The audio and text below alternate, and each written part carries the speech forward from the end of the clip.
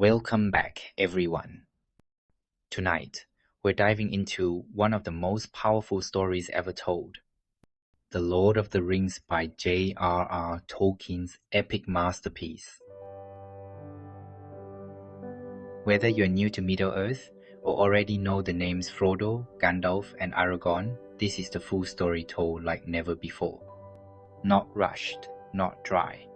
Just the key moments explained simply and shared like a legend around the fire. So, lean back, relax, and let me take you on a journey through one of the most beloved books in history.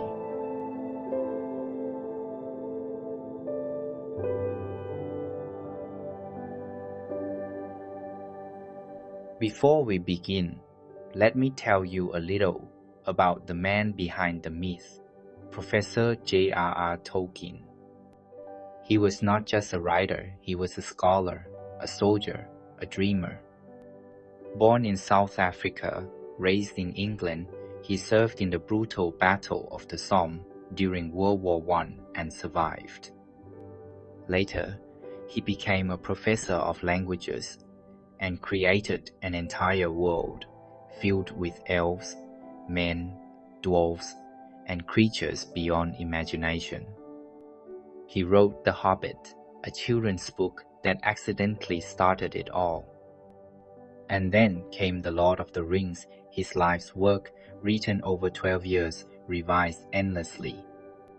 He didn't write for fame. He wrote because he believed stories mattered, that they could shape hearts, build hope, even change the world. Tolkien once said, "Not all those who wander are lost," and that's the heart of this story. It begins with a simple creature, a hobbit named Bilbo Baggins, living a quiet life in the Shire. But fate has other plans. Bilbo joins a quest to reclaim a lost kingdom and finds something far more dangerous than treasure. In a dark cave beneath the misty mountains, he stumbles upon a small ring hidden in the dark. And in that same cave lives a creature named Gollum, twisted by the ring's power. Bilbo escapes and keeps the ring. For many years, he grows old. Strange things happen. He doesn't age the way he should. Eventually, he leaves it behind to his nephew, Frodo. Little does he know he's passed on the most dangerous object in the world.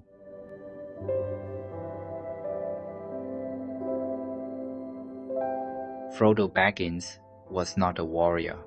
He was not a king. He was not even old enough to understand the weight of what he carried. But in a world where darkness grows stronger, sometimes the smallest hearts carry the heaviest burdens. Gandalf, the wise wizard, comes to warn him. He tells Frodo the truth. The ring is no ordinary trinket. It was forged in fire, made by the Dark Lord Sauron, and it holds power over all others. The only way to destroy it? Take it to the place it was made, Mount Doom, deep in Mordor. But doing so means walking into the jaws of evil itself. Frodo knows what he must do. He cannot stay in the Shire not with the ring and its curse. So he packs his things and leaves behind everything he's ever known. Samwise Gamgee follows him loyal to the end. But they are not alone for long.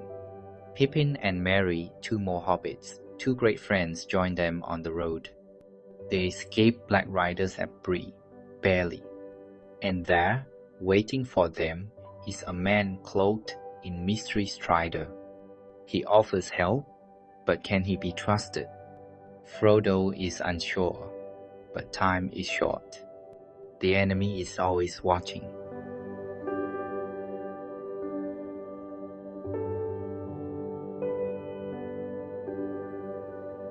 At last, they reach Rivendell, the last homely house east of the sea. It's a place of peace, filled with elves, music, and wisdom. There, Elrond holds council, bringing together representatives from all races. Men, elves, dwarves, hobbits, even Saruman's messenger is present.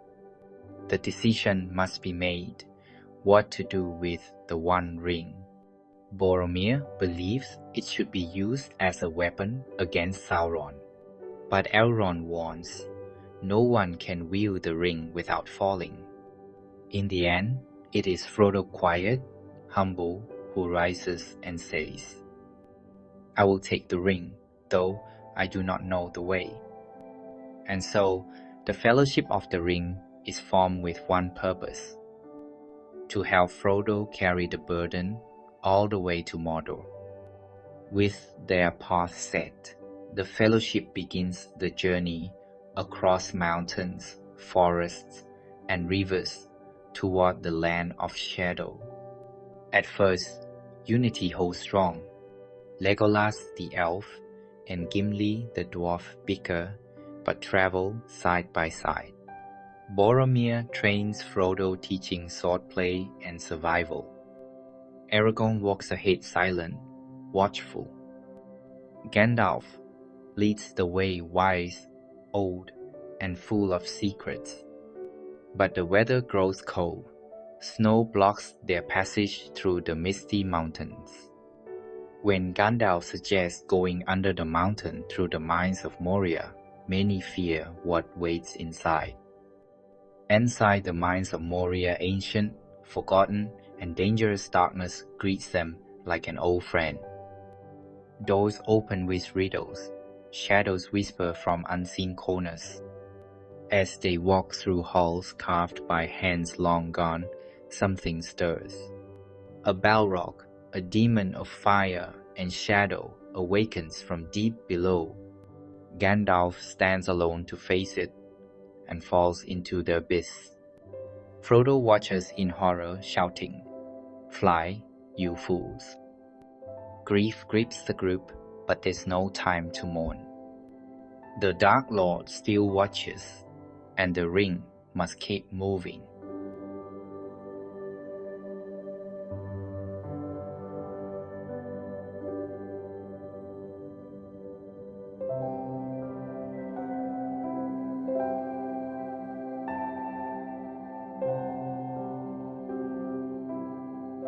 With Gandalf gone, the Fellowship emerges from the darkness of Moria, changed forever. Before them lies a new land, untouched by war, glowing like a dream. This is Lothlorien, the Golden Wood, home to the Lady Galadriel. She is one of the oldest beings in Middle-earth, beautiful, wise, and powerful. As they enter her realm, peace settles over their weary hearts. But Frodo senses something strange. The ring whispers louder here than ever before. In Lothlorien, time feels still, as if the world has paused just to breathe. The elves welcome them. Food, rest, healing, all given freely. But not all is peaceful. Galadriel shows Frodo what she sees visions of fire, ruin, and a crown he might wear. And when she holds the ring in her hand, even she is tempted.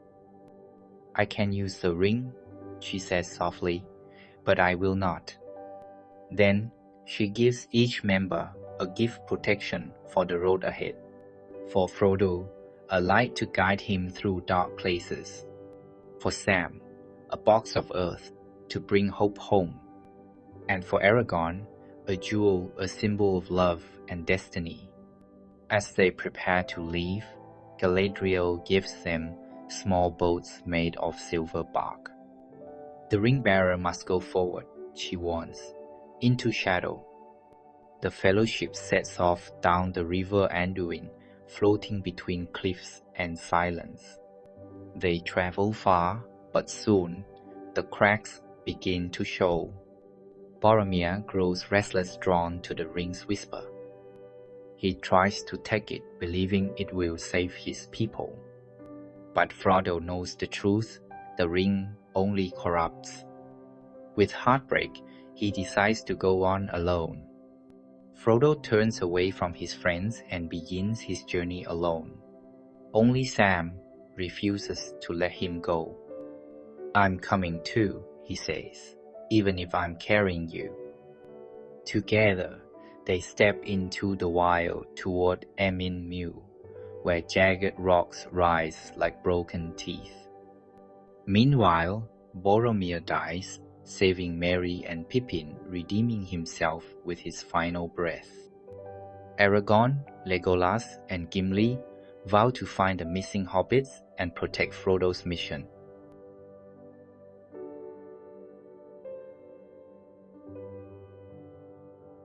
Aragorn, Legolas, and Gimli follow the trail of Uruk-hai, the warriors who captured Merry and Pippin. Through Rohan, they run fast, relentless, never stopping. They are not chasing just hobbits, they are chasing destiny. As they travel, Aragorn begins to change. He starts to believe in his own name Strider no more. He is Aragorn, son of Arathorn, heir to the throne of Gondor. And soon, he will prove it. When they find Eomer and the riders of Rohan, a new truth emerges. Saruman has betrayed them all. As Aragorn, Legolas, and Gimli chase the band of warriors, a battle looms ahead. They arrive too late. The Uruks have been destroyed, but not by men. A great shadow falls upon Rohan, and war comes to its gates. At Edoras, they find King Theoden bent by age and spell. Grima Wormtongue whispers in his ear, feeding fear, slowing action. But Gandalf arrives, breaking the curse. Theoden rises, his eyes clear, his sword is drawn. "Come, my friends," he says. "Rohan must ride to war." Theoden gathers his riders and prepares for battle. But first, he must warn his people. Isengard is no longer safe. It has become a fortress of evil. Deep within its walls, Saruman the White plots the end of Rohan. He has built an army of twisted creatures, forged in fire and pain. Orcs, Uruk-hai, monsters without mercy. And now, that army moves. Helm's Deep, the last stronghold of Rohan, will be their target. As night falls on the plains of Rohan, Aragorn stands by a fire staring into the flames. He sees visions of Gondor, of kings long gone, of a crown he was never meant to wear. "You carry the blood of kings," Legolas says, "but you run from who you are." Aragorn does not answer. Not yet, but the time is coming when he must stop running and become who he was born to be. Merry and Pippin escape into the forest, where they meet Treebeard and Ancient Ent. Through them, the Ents learn of Isengard's destruction and Saruman's betrayal. Anger builds among the trees and war comes to Isengard. Meanwhile, Frodo and Sam journey toward Mordor with Gollum as their guide. Trust is thin, but survival is thinner. Gollum leads Frodo and Sam across jagged rocks and dark paths. He speaks softly, always, to himself more than others. "We want it, we need it. Mustn't let the hobbits see." Two voices fight within him, one innocent, one cruel. Smeagol tries to be good.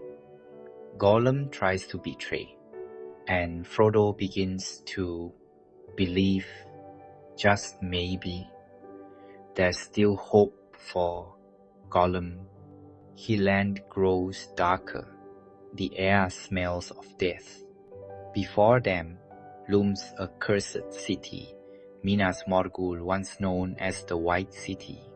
Now it glows with evil light. Towering walls whisper spells. As they watch, the gates open and an army marches out. Clad in black armor, eyes glowing like death, the Nazgûl ride forth. Frodo watches in horror, feeling the ring pull harder than ever. Frodo nearly falls to the ring's power, but Sam pulls him back. "Come on, Mr. Frodo," he pleads. "Don't let it take you." With great effort, Frodo turns away and follows Sam up a secret path. They climb the stairs of Cirith Ungol, a path few have walked and fewer return from. But Gollum watches them closely and plans his betrayal. At the top of the path, a fortress waits, guarded by creatures older than time. Shelob, a monstrous spider, lurks in its tunnels. Gollum tricks Frodo into going first while he slips away. Sam senses danger and rushes after him. Too late. He finds Frodo unconscious and the ring missing. Sam believes Frodo is dead and grief nearly breaks him. But he picks up the ring and decides to finish what Frodo started. He follows Gollum into Mordor alone, afraid but full of love. Meanwhile, Frodo wakes, captured by orcs. He is taken to Minas Tirith, where the battle for Gondor is about to begin. The armies of Mordor gather ready to crush Gondor. Faramir Boromir's brother returns wounded. He tells Denethor, the steward of Gondor, the ring cannot save us. But Denethor refuses to listen. He sends men to die just to prove a point. Desperate, Gandalf arrives and takes command. "Hold the line," he says. For Gondor, his siege of Gondor begins with fire raining from the sky. Siege engines crash against the gates. Towers fall, walls crack. But then horns sound in the east. Rohan has come riding hard from the hills. Theoden leads them into battle with Aragorn at his side. Right now, ride for ruin and victory.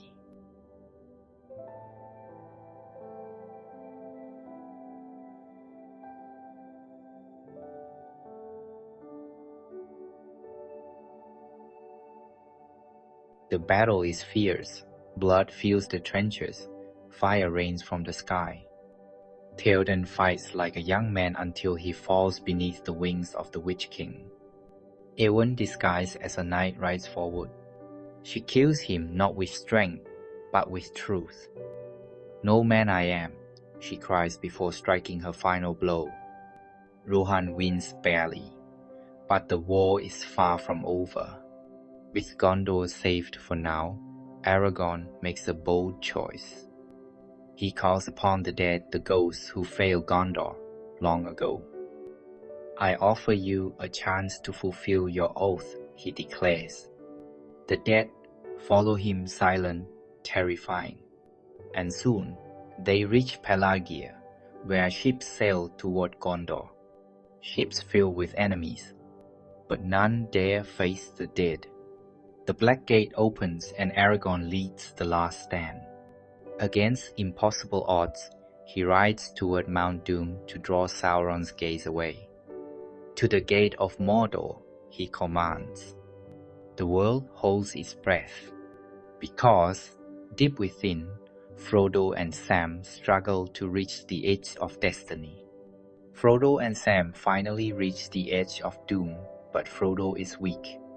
The ring has consumed him. It whispers louder than ever. Gollum appears again and attacks. They wrestle on the edge of fire, and suddenly Gollum bites off the ring and falls into the abyss. Mount Doom erupts, the ring is destroyed. Sauron screams and crumbles into dust. His tower falls, his armies scatter, his will is broken. The eagles come bearing news of victory. Frodo and Sam are carried away saved at the last moment. Middle-earth is free. The war is over, but Frodo is changed. He no longer belongs in the Shire or anywhere, for the ring has left its mark not on his body, but his soul. Years later, he sails west beyond the reach of pain, and leaves Sam behind with the promise of peace. So ends the Age of the Ring and the rise of a new era.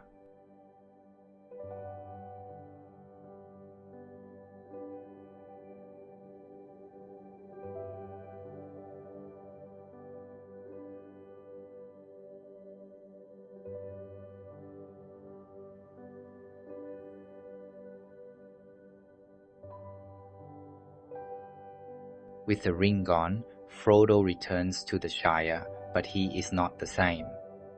The weight of his journey lingers. He finds peace hard to hold and eventually sails west with Gandalf, Galadriel, and Elrond beyond the reach of pain. Sam becomes mayor, marries Rosie Cotton, and brings life back to the Shire, now free from Saruman's grip. Aragorn is crowned King Elessar, fulfilling his destiny. He rules wisely, bringing peace and unity to Gondor and Rohan. Legolas and Gimli remain friends, even as they part ways, one sailing to the Undying Lands, the other staying behind. The Age of Men begins and the Age of Magic fades. As the story ends, we're reminded of what truly matters: courage, friendship, hope, and the power of small hearts doing great things. Not all heroes wear crowns. Some carry rings they never wanted and still change the world. So, if you've made it this far, thank you. You've just traveled through time, across lands, and into legend. And remember, not all those who wander are lost, and not all stories end where they begin.